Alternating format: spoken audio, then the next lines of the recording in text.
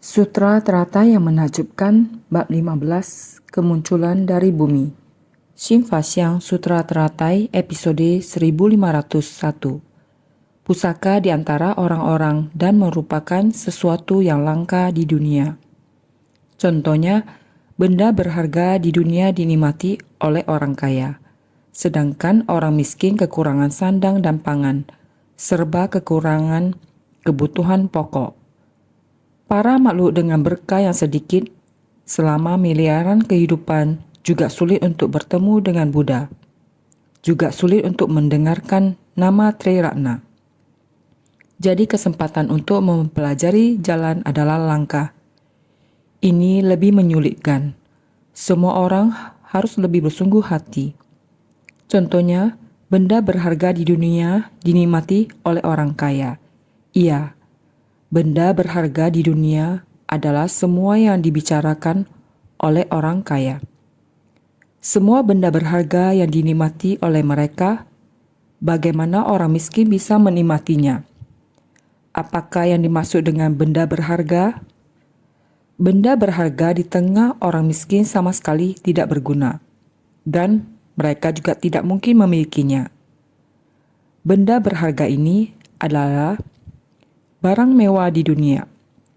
Nilainya sebenarnya di mana, sehingga orang-orang menganggapnya sebagai benda berharga, seperti keuntungan, kedudukan di dunia. Nama ini bentuknya seperti apa? Kedudukan, kalau dibilang tinggi, sebenarnya bagaimana cara mengukurnya?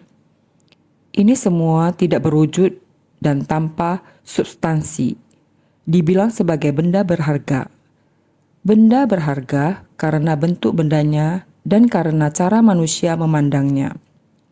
Ketika indera kita bersentuhan dengan wujud benda tersebut, kelihatannya, oh, ini sangat cantik. Kecantikannya membuat orang jadi melekat.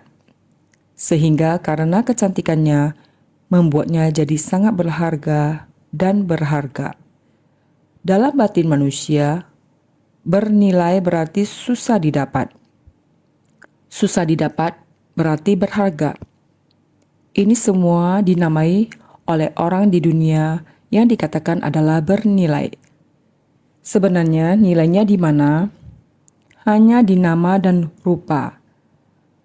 Ada yang bilang ini sangat berharga. Nilainya ada di hati manusia, sehingga disebut pusaka. Apa sebenarnya pusaka ini? Apa fungsinya untuk manusia? Apa yang dapat kita lakukan dengan memilikinya?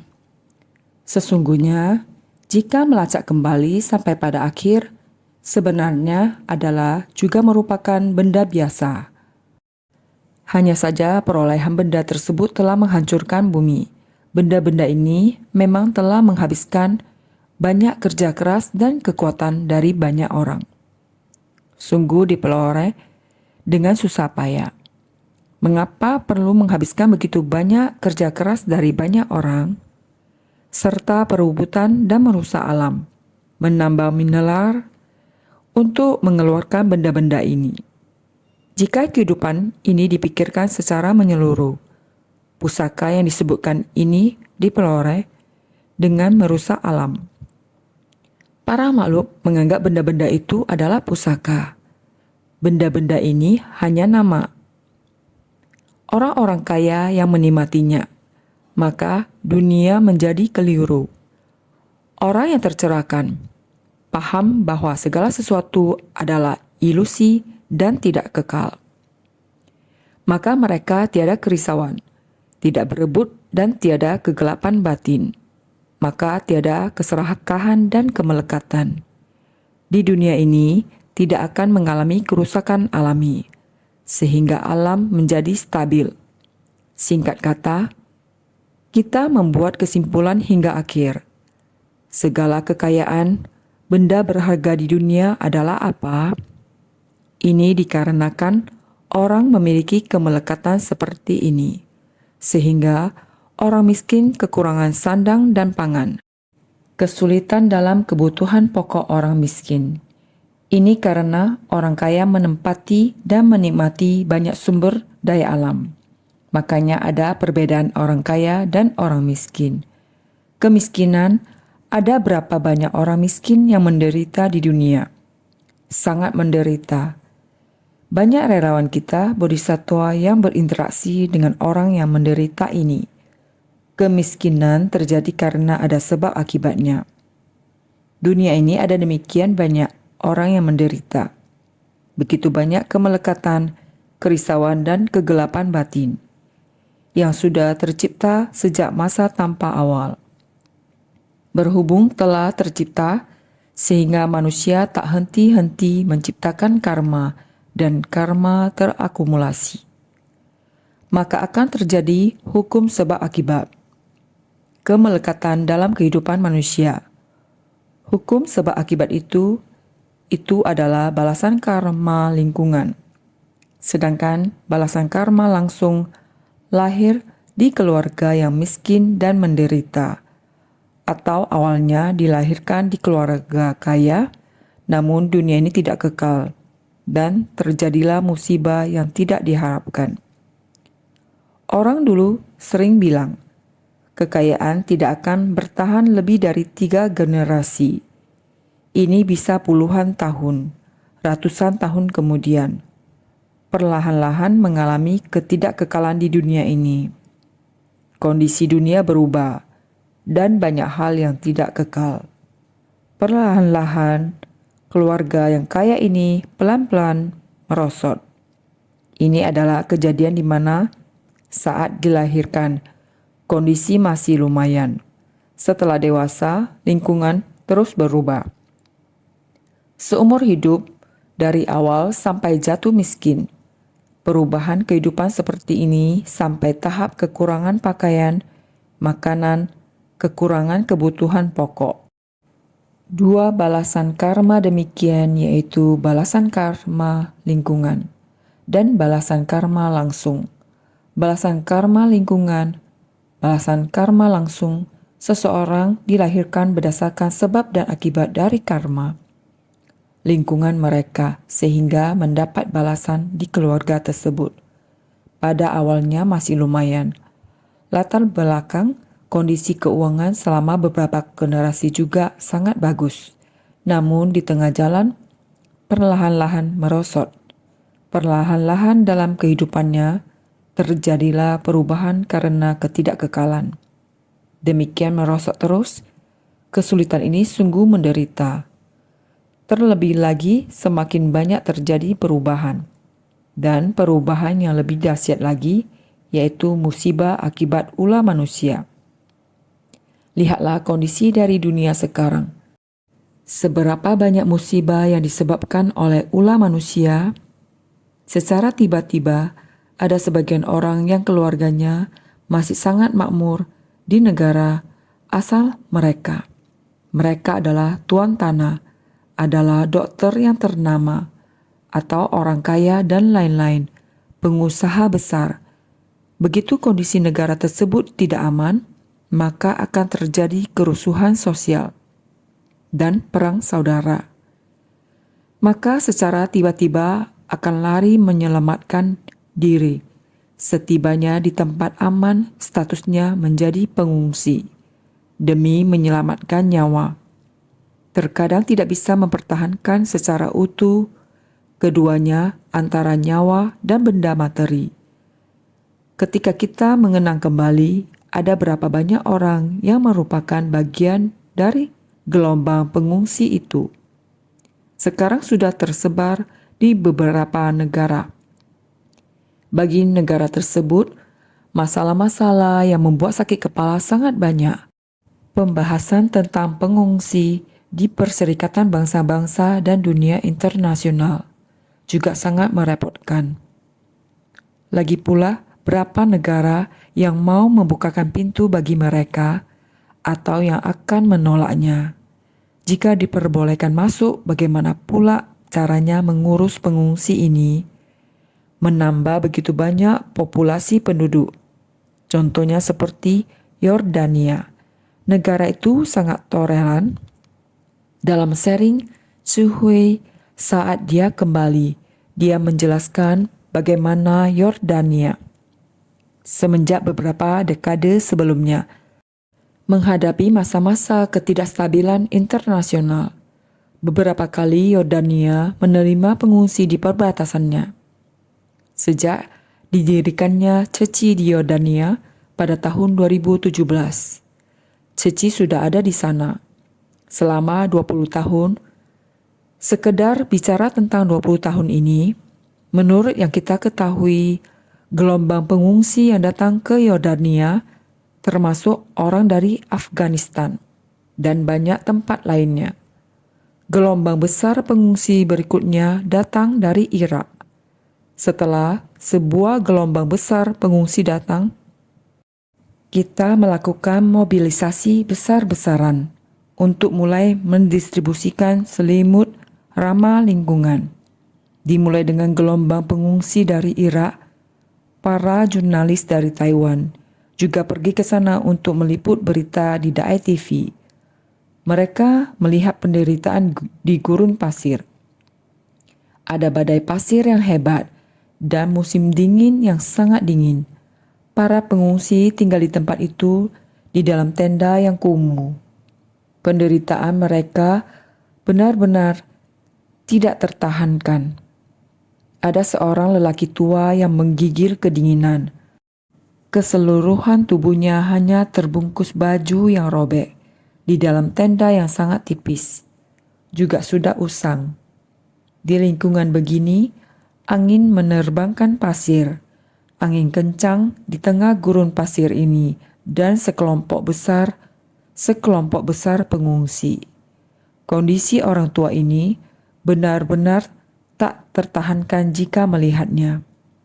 Orang-orang bahkan tidak bisa mengurus dirinya sendiri. Jadi bagaimana mungkin ada orang yang peduli pada orang tua ini?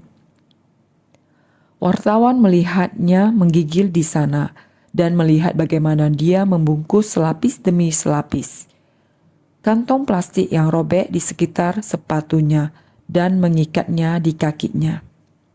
Hati sang wartawan tertuju padanya. Apa yang dilakukan wartawan ini kebetulan difilmkan oleh kru Dai TV kami di sana. Wartawan itu berlutut. Dia melepaskan ikatan kantong plastik di kaki lelaki tua itu, melepas sepatunya sendiri, dan melepaskan kaos kakinya sendiri, dan memberikannya kepada orang tua ini. Adegan ini terus-menerus terulang kembali dalam pikiran saya. Betapa menghangatkan. Ketika kita membahas tentang media, sebenarnya cinta kasih sang wartawan pada tempat lingkungan yang seperti itu. Batin yang penuh cinta kasih tergerak akan menggetarkan batin banyak orang. Sama seperti ini, di tengah ketidakkekalan hidup manusia. Pada dasarnya, seperti apa kondisi masa lampau mereka, kita tidak mengetahuinya. Pada waktu itu, kondisi yang kita lihat adalah demikian: kemiskinan, kekurangan sandang, kekurangan pangan, kekurangan kebutuhan pokok. Untuk melanjutkan hidup terasa sangat susah. Ada lagi, kita sudah pernah melewati periode saat memberikan bantuan kepada Afghanistan. Bahan pangan yang didatangkan dari Amerika dan yang dibawa dari Taiwan untuk memberikan bantuan. Sama juga harus melewati pos demi pos pemeriksaan. Banyak bahan makanan di tengah perjalanan, sebagian besar untuk penanggulangan bencana. Bahan pangan tersebut di tengah jalan sudah dihentikan. Bagaimana dengan kita? Juga sama halnya terhenti dicegat orang. Tetapi beruntungnya, walaupun waktunya tertunda, akhirnya tiba di tengah malam. Meskipun minyak kita, beras, dan selimut tertunda. Saat kami sampai, hari sudah gelap, dingin dan gelap. Truk pengangkut barang bantuan akhirnya tiba, dan barang-barang yang berada di dalam truk harus diturunkan. Ketika itu, melihat proses penurunan barang, Dan itu semua terekam. Ini adalah bantuan untuk para pengungsi. Setelah melakukan kesulitan yang berlapis-lapis, bahan kebutuhan pokok, selimut untuk menahan dingin, serta pakaian, maupun beras, minyak. Ketika semuanya sampai pada tujuannya, saya merasa sangat terharu dan tersentuh. Selain itu, terlihat relawan sedang mengangkat beras di sana. Stephen Huang di sana juga turut mengangkat beras. Saat itu, dari Taiwan, kita juga ada beberapa orang yang pergi. Dari Amerika juga ada beberapa orang yang pergi. Berkumpul di tempat itu, masuk ke tempat itu. Di Afghanistan, mau pergi memberi bantuan bencana melewati berapa banyak kesulitan. Penderitaan para pengungsi sangat banyak. Juga ada anak yang berusia 5 tahun, menjadi kepala keluarga bagi 3 adik laki-laki dan perempuan. 4 orang anak yang terselamatkan saat mengungsi. Abang sulung berusia 5 tahun. Kondisi seperti itu, pemandangan begitu, lihat, kehidupan manusia adalah demikian. Penderitaan sangat banyak. Ada yang menderita karena bencana alam, ada juga musibah karena ulah manusia. Ada juga karena bawaan lahir. Ada juga selama jangka waktu yang lama, menderita karena kemiskinan dan kesengsaraan dari generasi ke generasi. Ini semua ada. Oleh karena itu, kemakmuran, kemiskinan di dunia ini bedanya sebenarnya sangat besar. Mengapa ini terjadi pada kita? Mengapa bisa demikian? Terlihat di Yordania, bodhisatwa seperti Tsuhui, total semuanya dari kita yang ada di sana, baru ada beberapa orang ceci. Berapa orang? Jumlahnya hanya sekitar 7 atau 8 orang saja. Kita relawan ceci mau pergi bertanggung jawab. Setiap saat ada pengungsi yang datang dari luar. Mereka harus pergi menjaga di kamp pengungsi. Terlebih lagi ada beberapa keluarga yang membutuhkan bantuan jangka panjang. Ada 77 keluarga yang miskin dan menderita yang dibantu. Terdapat juga keluarga yang dibantu melampaui 3 generasi. Dalam masa 19 tahun, ada 3 generasi yang dibantu. Di antaranya, terdapat sebuah kisah tentang gadis kecil Ayet. Ayet ini sekarang sudah lulus dari universitas dan sekarang sudah menjadi seorang ibu. Sebenarnya sejak kecil, keluarganya ini telah dirawat oleh kita. Karena ibunya menikah dengan sepupunya, sekitar berumur 12 tahun. Karena perkawinan dengan kerabat dekat sehingga melahirkan 4 orang anak perempuan secara berturut-turut. 3 di antaranya mengalami keterbelakangan mental. Hanya 1 yang sehat, yaitu Ayet yang termuda. 3 orang anak perempuan yang keterbelakangan mental memerlukan perhatian ibu mereka terus-menerus. Sayangnya, sang ayah tidak bertanggung jawab kepada keluarganya. Malahan sering melakukan kekerasan di rumah. Bukan hanya tidak peduli terhadap keluarga, tapi ketika pulang sering bertindak kasar. Sehingga ada orang berkata, "Mengapa tidak bercerai?" Tetapi ibu Ayet menjawab, "Jika aku bercerai, ketiga anakku akan dikirim ke panti asuhan. Tidak ada orang yang akan menjaga mereka. Saya tidak tega." Demi menjaga 3 orang anaknya yang keterbelakangan mental, dia rela menahan tindakan kekerasan dan membesarkan yang sehat.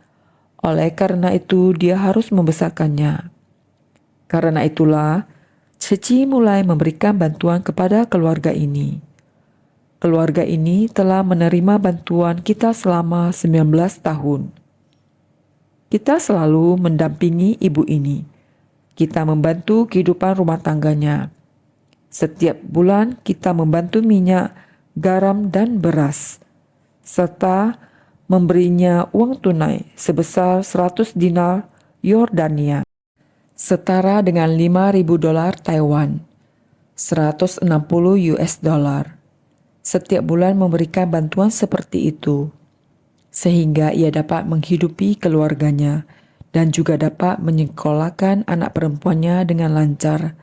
Saat ia duduk di bangku sekolah menengah, dia memiliki satu keinginan, yaitu apakah dapat melanjutkan kuliah. Namun, ayahnya tidak menyetujui hal tersebut. Kemudian setelah Chi Hui meyakinkan sang ayah, kami bersedia membantu sehingga mengizinkannya untuk kuliah di universitas. Akhirnya, dia juga telah lulus dari universitas dan juga telah menikah. Pasangannya juga adalah seorang pemuda yang telah menyelesaikan kuliahnya dengan bantuan kita. Setelah menikah, mereka juga telah melahirkan seorang bayi. Bayinya sungguh menggemaskan. Bayi ini juga terbukti sehat. Oleh karena itu, kita membantu 3 generasi ini. Di tempat itu, keluarga yang mengalami kesulitan seperti ini, kita juga terus menjaga dan merawat mereka untuk jangka panjang. Terlebih lagi mereka yang berada di kamp pengungsi. Hanya ada beberapa relawan komite ceci. Mereka kekurangan orang. Tapi di tempat itu, mereka telah menggerakkan sekelompok bodhisatwa dan sukarelawan yang bersedia untuk membantu dan bersumbangsi. Menghadapi begitu banyak pengungsi yang setiap saat terus berdatangan ke perbatasan. Inilah banyaknya penderitaan yang ada di dunia. Di tempat yang menderita seperti ini, karena alasan agama, untuk mendengarkan Dharma dan bertemu ajaran Buddha juga sulit. Oleh karena itu, para makhluk dengan berkah yang sedikit selama miliaran kehidupan juga sulit untuk bertemu dengan Buddha. Sungguh, bahkan jika bertemu dengan ajaran Buddha, untuk dapat menerimanya juga sangat sulit. Walaupun di dalam bersumbangsi, kita juga menggunakan semangat seperti ini. Bersumbangsi tanpa membedakan agama ataupun juga tidak mengenal batas negara, dan mereka juga menerima. Tetapi ajaran Buddha sungguh-sungguh dapat terserap ke dalam batin para makhluk dan benar-benar dapat mengekspresikan Dharma Buddha dan ajaran Buddha. Betul-betul sangat sulit. Jadi juga sulit untuk mendengarkan nama Triratna. Betul-betul sulit. Jadi kesempatan untuk mempelajari jalan adalah langka. Untuk benar-benar mempelajari jalan, harus bisa percaya Dharma Buddha, mengakui dan mempercayai Dharma Buddha secara benar, dan tekun mempelajari jalan. Sesungguhnya sangat sulit. Kita sering mendengar Tzu mengatakan, di tempat itu saya sendirian. Untuk dapat mendengarkan Dharma, tengah malam baru bisa ikut menghirup wangi Dharma bersama. Ini betul-betul sangat kesepian. Namun batin pembinaan dirinya sangat kokoh. Sekalipun hanya satu, ia juga dapat melakukan aktivitas besar Buddha. Melakukan apa yang dipesan oleh Dharma Buddha kepada kita. Benar-benar menerapkan filosofi semangat ceci di tempat itu. Membantu semua makhluk hidup dengan hati yang tulus bersumbangsi. Ia mampu memasuki hati rakyat di tempat itu. Ini telah bersumbangsi dengan cinta kasih. Itu selalu merupakan kekuatan cinta kasih. Jika tidak melekat padanya, maka kita dapat melakukan banyak hal. Jika kita ingin melekat pada gelar, maka akan sulit melakukan sesuatu. Kini, organisasi ceci hadir di banyak negara. Kami membantu banyak orang yang berasal dari berbagai bangsa dan etnis yang berbeda. Agama juga beda. Ada banyak sekali, bukan? Dan mereka sangat harmonis. Inilah sebabnya dalam kehidupan kita benar-benar tidak boleh melekat. Apa itu kekayaan? Apa artinya memiliki sesuatu dalam urusan duniawi? Banyak penderitaan di luar kendali kita seperti ini. Jika kita penuh cinta, kita memiliki lebih dari cukup untuk membantu orang. Inilah kehidupan yang paling harmonis. Jika kita bisa melakukan ini, dunia akan menjadi yang paling damai. Inilah yang diharapkan dari kita dalam Dharma Buddha. Bagian sutra sebelumnya mengatakan, Buddha juga demikian. Sang Buddha mengajar dan mentransformasikan selama waktu yang panjang ini. Baik sepanjang waktu yang sangat lama ini dan dalam setiap kehidupannya. Dia muncul di dunia. Dia menampakkan jejak di dunia sepenuhnya untuk mengubah para makhluk. Jika kita bebas dari rintangan, kita tidak perlu melekat pada waktunya panjang atau pendek. Kita hanya perlu memiliki keyakinan. Waktu, sejak masa tanpa awal, cinta kasihnya yang melimpah adalah untuk selama-lamanya, yang datang mengikuti ikrar. Para makhluk mengikuti karma. Para makhluk datang mengikuti karma mereka. Buddha dan Bodhisattva datang mengikuti kekuatan ikrar. Maka memerlukan waktu yang sangat lama. Namun Maitreya, Bodhisattva Maitreya berharap para makhluk pada masa yang akan datang seperti kita sekarang. Orang zaman sekarang sangatlah pintar. Setelah membaca naskah sutra, dia akan membantah. Mana mungkin Buddha baru saja mencapai kebuddhaan dalam periode waktu yang demikian, memberi pengajaran dan bimbingan sedemikian, mengatakan bahwa orang-orang ini semuanya dibimbing olehnya. Orang-orang yang telah memperoleh pencapaian demikian, mana mungkin mereka akan seperti Maitreya, membantah, mempertanyakan, dan menggunakan perumpamaan yang paling kasar. Setelah anak muda berusia 25 tahun yang mengatakan, orang yang berumur ratusan ini adalah anaknya, tidak punya prinsip kebenarannya. Lihatlah kalian, menggunakan ini sebagai perumpamaan. Ini untuk mewakili para makhluk di masa yang akan datang, yang sangat keras dan sulit ditaklukkan. Dalam batinnya timbul keraguan. Sengaja untuk membantah orang ini.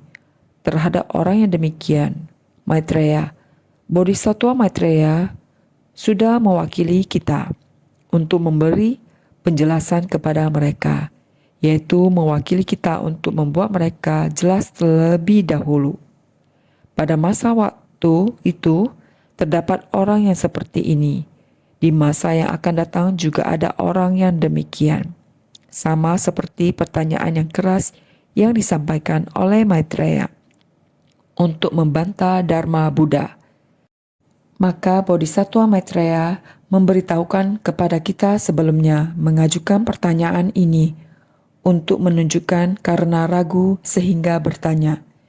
Ini adalah kewelas asihan dari Buddha dan Bodhisattva demi generasi berikutnya agar dapat membabarkan sutra teratai Sang Buddha. Sungguh telah melakukan persiapan yang matang.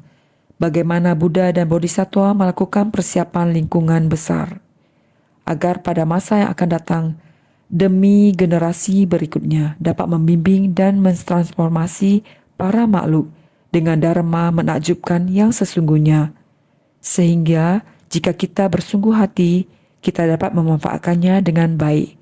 Maka naskah sutra sebelumnya mengatakan bahwa Buddha juga demikian. Sebetulnya waktunya belum lama semenjak mencapai kebuddhaan. Sedangkan kelompok besar dari para bodhisattva ini sudah pun semenjak puluhan juta koti kalpa tak terhingga. Demi jalan kebuddhaan, mereka membina diri dengan tekun dan bersemangat. Mereka masuk, keluar dan berdiam dengan baik dalam miliaran koti samadhi yang tak terhingga. Mereka telah memperoleh kemampuan gaib yang besar dan telah lama menjalankan praktik suci.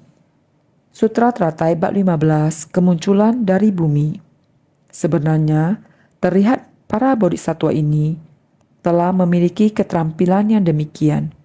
Pasti sudah lama membina diri, membina hingga sekarang. Bisa keluar dan masuk dengan leluasa. Di dalam ini tanpa kesulitan. Orang-orang ini telah lama berhasil, adalah bodhisatwa yang telah tekun dan bersemangat melatih dalam jangka waktu yang panjang. Naskah sutra berikutnya mengatakan, mereka mampu secara terampil mempraktikkan segala dharma bajik, tahap demi tahap. Pandai dalam bertanya jawab, adalah pusaka di antara orang-orang dan sangat langka di seluruh dunia. Sutra Teratai bab 15, kemunculan dari bumi. Orang-orang ini di kerumunan telah mampu. Mereka mampu secara terampil mempraktikkan segala dharma bajik, tahap demi tahap, untuk jangka waktu yang lama. Di dunia ini, telah melangkah masuk ke tengah kerumunan, tahap demi tahap. Dengan urutan yang benar, semua yang dilakukan di tengah kerumunan, yaitu banyak berbuat dharma bajik yang terkondisi. Mereka mampu secara terampil mempraktikkan segala dharma bajik tahap demi tahap. Mereka melangkah masuk ke dalam khalayak ramai untuk berbuat kebajikan yang terkondisi. Praktik nyata mereka sangat banyak, juga mampu melakukannya satu persatu secara berurutan. Mereka mampu secara terampil mempraktikkan segala dharma bajik, setiap saatnya secara tahap demi tahap. Melakukan kebajikan yang disesuaikan dengan kebutuhan para makhluk.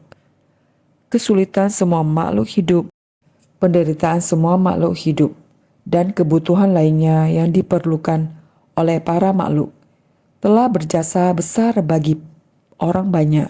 Demikianlah para bodhisatwa ini. Sudah praktik nyata mereka sangat banyak. Melakukan segala sesuatu dengan kekuatan sepenuh hati. Sangat banyak perbuatan bajik. Meringankan penderitaan makhluk hidup. Meringankan kesulitan para makhluk. Sudah melakukan sangat banyak. Jadi, juga mampu melakukannya satu persatu secara berurutan. Bagaimana harus berbuat, harus bagaimana, urutannya diatur dengan baik dan dilakukan dengan baik. Jadi, mereka mampu secara terampil mempraktikkan segala dharma bajik setiap saatnya secara tahap demi tahap. Bodhisatwa ini sudah berulang kali datang dan pergi di dunia. Dalam waktu yang panjang dan lama, selalu berada di dunia, melakukan begitu banyak perbuatan bajik. Kebajikan dharma terkondisi.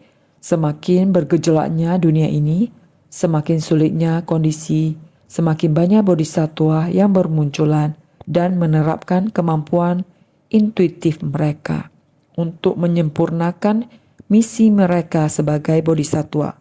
Demikianlah Dharma Buddha. Keajaibannya terletak pada perpaduan antara benih dan kondisi. Jadi pandai dalam bertanya jawab. Tidak hanya bisa menyelesaikan kesulitan orang-orang, juga bisa pandai dalam bertanya jawab. Adalah pusaka di antara orang-orang dan sangat langka di seluruh dunia. Seperti ketika awal tiba bertemu Buddha, mereka menatap dan bersujud padanya, lalu bertanya jawab. Maknanya sungguh terampil. Mereka adalah benar-benar pusaka agung di antara orang-orang. Mereka memiliki 4 kefasihan tanpa rintangan. Makanya disebut pandai dalam bertanya jawab, merupakan sesuatu yang sangat langka di dunia. Para bodhisatwa benar sangat langka di dunia. Seperti saat mereka datang ke persamuan Dharma, bertemu Buddha, mereka menatap dan bersujud padanya, lalu bertanya jawab. Mereka sangat teratur, menghormati Buddha. Lalu di depan semua Buddha belahan raga, juga saling memberi hormat, wenshin, di saat yang sama. Mereka mengelilingi, mengikuti etika dan tata krama, berjalan sesuai aturan.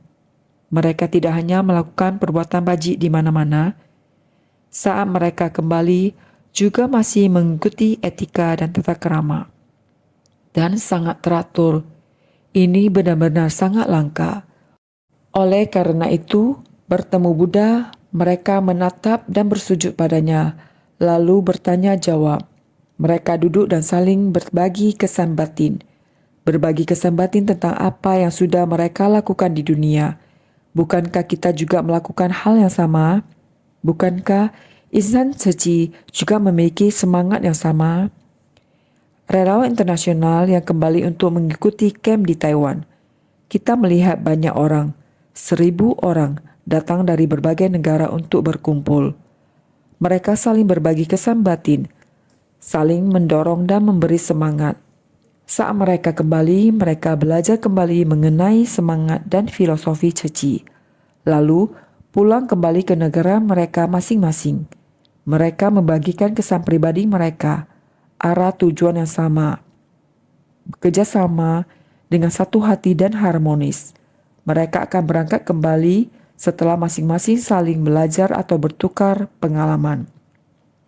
Pulang kembali ke negara mereka masing-masing. Bukankah kita sama seperti ini? Oleh karena itu, Sutra Teratai benar-benar ada dharma menakjubkan dari ajaran Bodhisattva dunia. Ini adalah sesuatu yang dapat dilakukan oleh semua orang, dan ini benar-benar sangat cocok.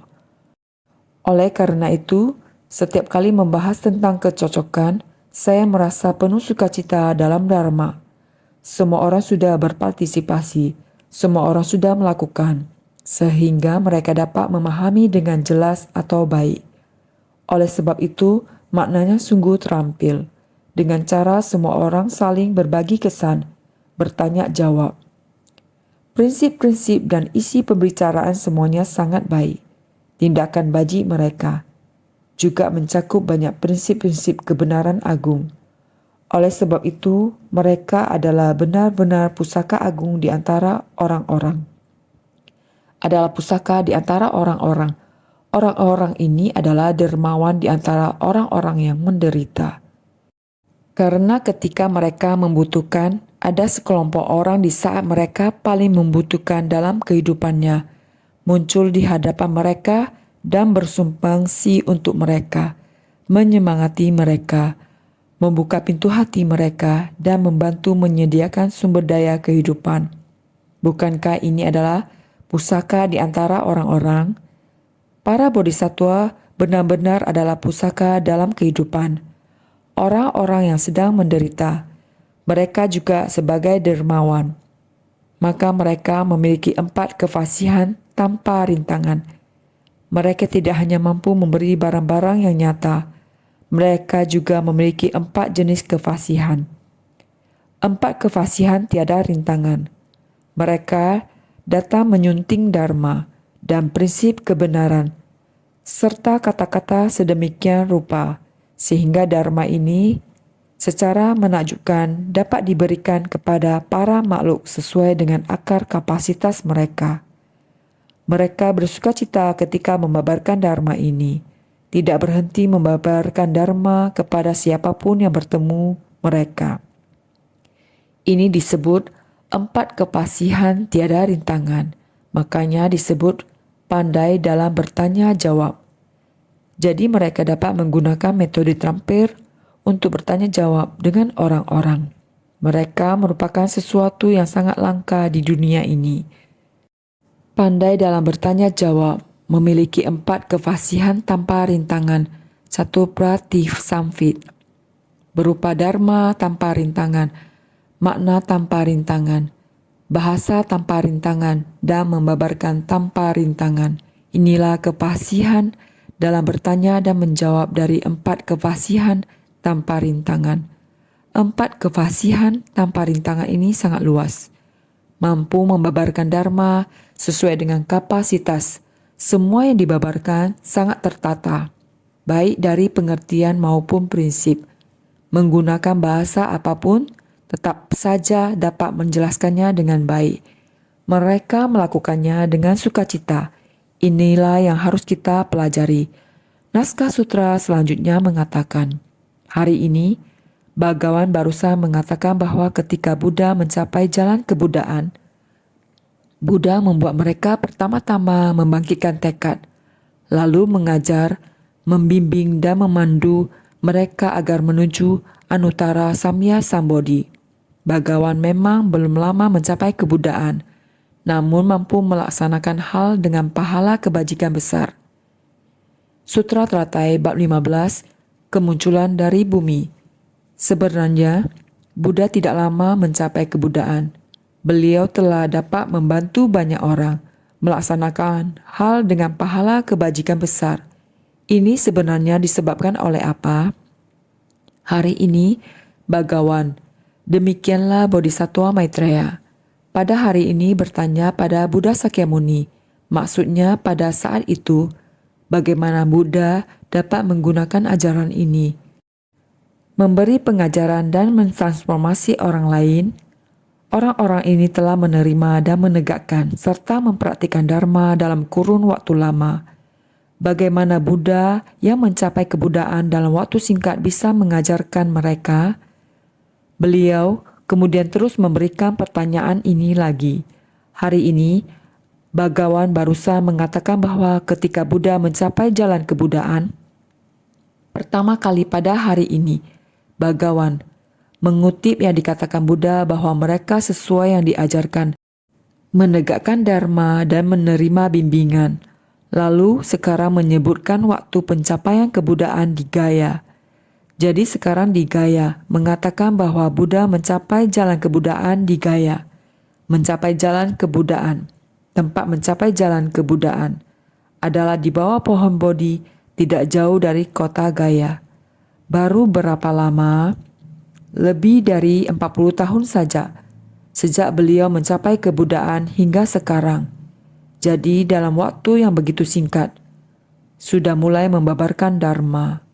Buddha membuat mereka pertama-tama membangkitkan tekad dan bisa membuat orang-orang ini memperoleh ajaran yang begitu melimpah dan mendalam.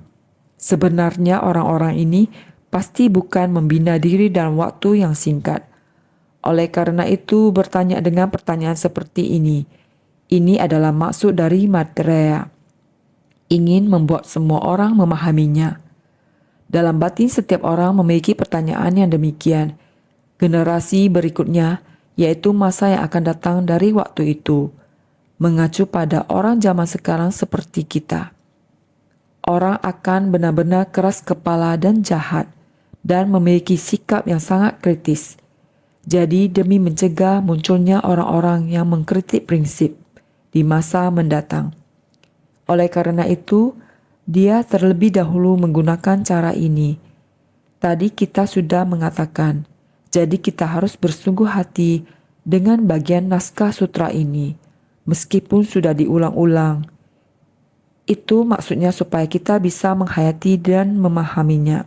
Di masa mendatang, jika ada yang sengaja datang untuk mengkritik, timbul keraguan dan pertanyaan yang sulit seperti ini, kita sudah bisa persiapkan diri untuk mereka. Dan kita sendiri harus memahami prinsip kebenaran ini dengan jelas. Dengan jelas baru bisa kita menganalisanya.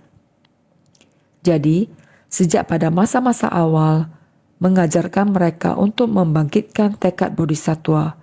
Demikian terus mengubah dan membimbing mereka, bagaimana membuat mereka bisa terus maju menuju jalan bodhisattva. Buddha membuat mereka pertama-tama membangkitkan tekad, lalu mengajar, membimbing dan memandu mereka agar menuju Anuttara Samya Sambodhi.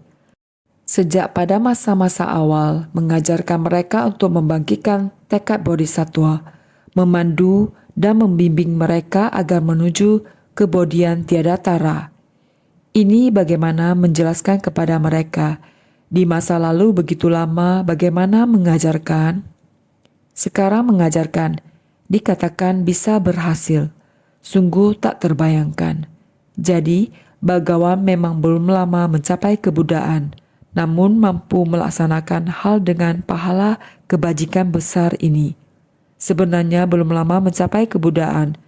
Bagaimana bisa memperoleh pahala kebajikan yang begitu besar? Bagawan memang belum lama mencapai kebudaan, namun mampu melaksanakan hal dengan pahala kebajikan besar ini demi para makhluk di masa-masa mendatang. Makanya menampakkan keraguan. Sekarang bagawan belum lama mencapai kebudaan. Selama 40-an tahun telah mengajar, membimbing dan memandu sedemikian banyak bodhisattva, mampu melaksanakan hal dengan pahala kebajikan besar seperti ini. Ini adalah demi keraguan para makhluk di masa mendatang. Jadi Maitreya menampakkan keraguan, karena sekarang bagawan belum lama mencapai kebudaan. Hanya sekitar 40 tahun saja. Bagaimana bisa mengajar dan membimbing begitu banyak bodhisattva? Terlebih lagi para bodhisattva ini mampu terjun ke kerumunan dan menyelamatkan para makhluk. Di kerumunan juga pandai bertanya jawab. Para bodhisattva ini telah memperoleh pencapaian begitu besar. Sebenarnya bagaimana Buddha Sakyamuni menyelamatkan dan membimbing? Inilah bodhisattva Maitreya sengaja ragu dan sengaja bertanya, agar kita di masa mendatang dapat bersungguh hati menghayati dan memahami. Sehingga jika mempertimbangkan waktunya adalah sulit dipercaya. Di masa sekarang kita ini, pada saat itu, Buddha ingin agar terhadap masalah ini semua orang dapat lebih jelas. Demi orang di masa mendatang yang keras kepala, sulit ditaklukkan dan suka mengkritik. Bagaimana menjelaskannya kepada mereka? Ini harus menggunakan cara mengulang-ulang naskah sutra. Sedemikian rupa, naskah sutra dianalisa berulang kali. Oleh karena itu, jika mempertimbangkan waktunya adalah sulit dipercaya. Ini menjelaskan kalau dalam soal waktu adalah sulit dipercaya. Para bodhisattva ini telah berhasil dalam pelatihan diri semenjak puluhan juta koti kalpa tak terhingga. Sedangkan bagawan hari ini mengatakan kalau setelah mencapai kebudaan, barulah membuat mereka membangkitkan tekad. Jika mempertimbangkan waktunya adalah sangat sulit dipercaya. Menggunakan waktu ini sebagai pertimbangan, lebih sulit lagi untuk dipercaya. Sekarang Sang Buddha berkata, sekarang ini barulah saya membantu mereka untuk membangkitkan tekad. Sebenarnya, ini semua seharusnya di masa lampau, juta koti kalpa yang tak terhingga di masa lampau. Mereka sudah membina diri dan mempelajari ajaran-ajaran jalan ini. Mengapa bagawan baru mulai mengubah orang-orang ini hari ini? Hari ini merujuk pada saat itu, di tempat pencerahan Buddha Sakyamuni. Sang Buddha memulai ketika berada di kota Gaya. Sejak itu, Buddha mulai mengubah dan membimbing orang-orang ini. Ia berkata, ketika kita menganalisa soal waktu ini, lebih sulit dipercaya. Ini merujuk pada apa yang dikatakan Buddha. Sekarang saya sudah mencapai kebudaan. Saya mengajari dan mengubah mereka. Ada lebih banyak prinsip kebenaran di belakang ini, karena para bodhisattva muncul di sini. Semestinya masih ada lebih banyak lagi prinsip kebenaran di belakang ini. Jadi kita hendaknya sangat bersungguh hati dalam memahami ini. Ketika Sang Buddha membabarkan sutra ini, Buddha mempertimbangkan masa mendatang. Jadi di era kekeruhan jahat mendatang, dharma seperti apa yang dibutuhkan? Sementara penyakit di dunia di masa mendatang, di mana penyakit ini berada, obat apa yang dibutuhkan? Sang dokter menyiapkan resep obat. Di tempat itu, tetapi anak-anak tidak mau minum obat. Dia taruh obatnya dan pergi, lalu berkata kepada yang lain, "Pulanglah dan beritahu anak saya. Katakan bahwa papanya telah meninggal." Anak baru bisa tahu, "Oh, papa saya telah meninggal. Saya ada penyakit. Apa yang harus saya lakukan?" Jadi, mereka mulai mencari obat. Di dunia ini, kita juga sama seperti ini. Dalam waktu yang lama di masyarakat, Juga banyak orang yang tidak menerima ajaran Buddha atau ragu terhadap ajaran Buddha. Sang Buddha mengutarakan perumpamaan seperti ini. Maka, terlebih lagi mempertimbangkan masa mendatang. Penyakit dunia di masa mendatang bisa sangat serius. Karena kekeruhan, baik itu alam ataupun hati manusia. Energi kekeruhan sungguh berat, jadi memerlukan dharma yang demikian, namun sulit diyakini dan dipahami. Harus bagaimana? Pada era itu ada Manjusri dan Maitreya. Ada Buddha yang telah mencapai kebudayaan di masa lalu. Ada Buddha yang akan mencapai kebudayaan di masa mendatang, yang akan muncul di depan Buddha Sakyamuni sebagai bodhisattva. Sedemikian mendukung ladang pelatihan ini, agar dharma ini bisa sempurna. Jadi, demi agar para makhluk di masa mendatang dapat membangkitkan tekad, demi para makhluk di masa mendatang jangan ada keraguan, bodhisattva Manjusri melindungi batin kita, agar batin tidak mundur. Bodhisattva Maitreya melindungi kita, jika suatu saat ada yang keras bertanya pada kita, bagaimana menjelaskan Dharma?